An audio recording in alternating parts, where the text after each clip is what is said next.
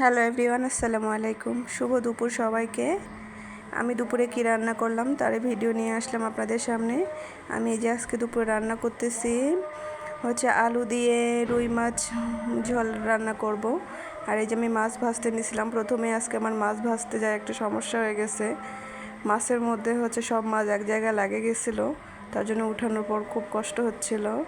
অনেক কষ্টে উঠাইছি।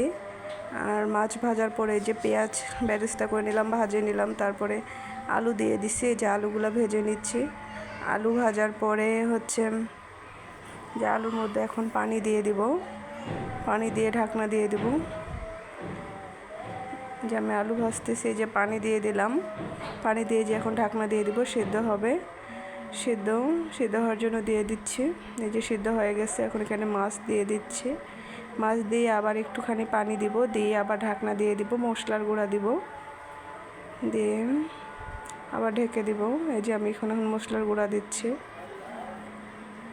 দিয়ে আবার এই যে ঢেকে দিব। এই যে ঢেকে দিলাম। ধন্যবাদ সবাইকে।